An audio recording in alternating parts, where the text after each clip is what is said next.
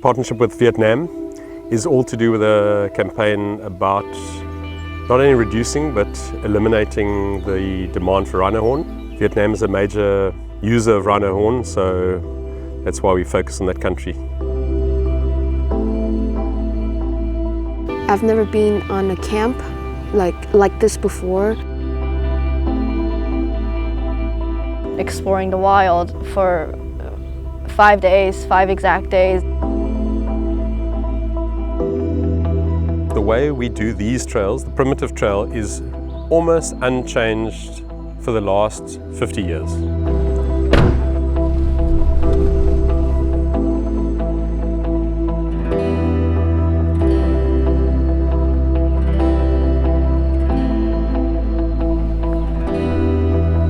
The trail works its magic no matter where you come from, what nationality, and almost irrespective of age. So within a few hours they're sleeping on the ground, hearing the sounds of the night, and that magic of the wilderness starts doing its work for us.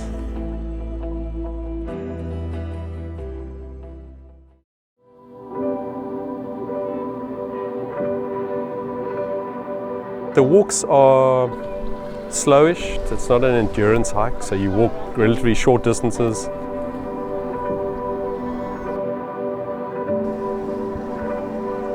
I found the experience quite changing because it helped me to actually connect with the wild.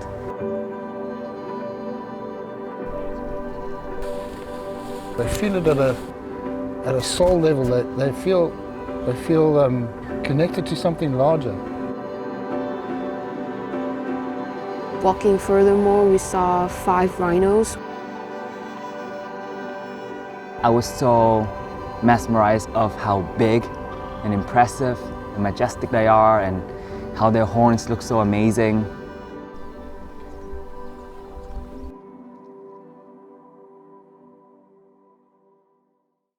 Before we went on the trail, we went to the care center for the baby rhinos. When we first got to the orphanage, I was quite excited because I wanted to see the rhinos.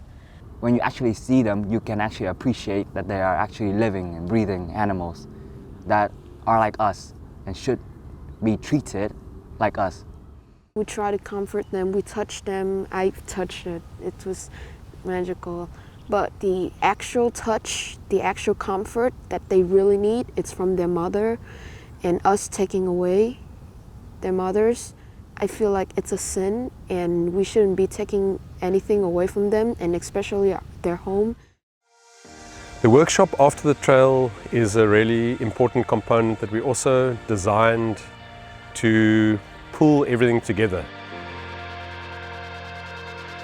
It's harder to change the minds of adults, so why don't we just start with education, which is teaching children about how we should just let them be rhinos and leave them alone in the wild.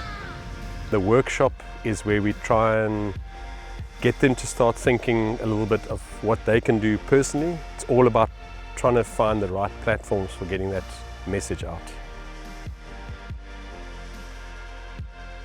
Rhino horn, not cool. This came from these very, very young kids. And if that clear of a message can actually come across with a variety of audience, it will make a very difference.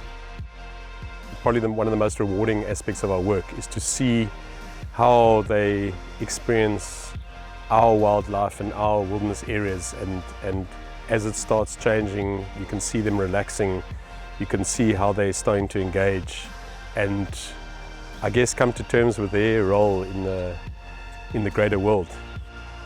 I want to make a change, even if it's just a little thing, but 14 of us, little changes can make a big difference.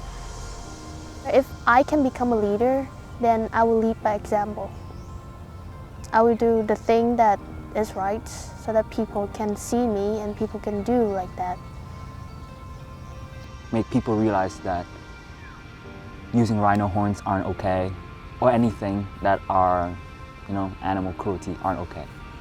Spread the message about this problem of rhino horns. We need to stop the demand, and then the whole situation will slowly dissolve. Preserving rhino is our responsibility to keep us and the planet alive. Sicela ukuthi niyeke ukusebenzisa impondo zobhejane. Thế giới không có tội ác về động vật hoang dã và đừng sử dụng sừng tê giác. Please stop using rhino horn.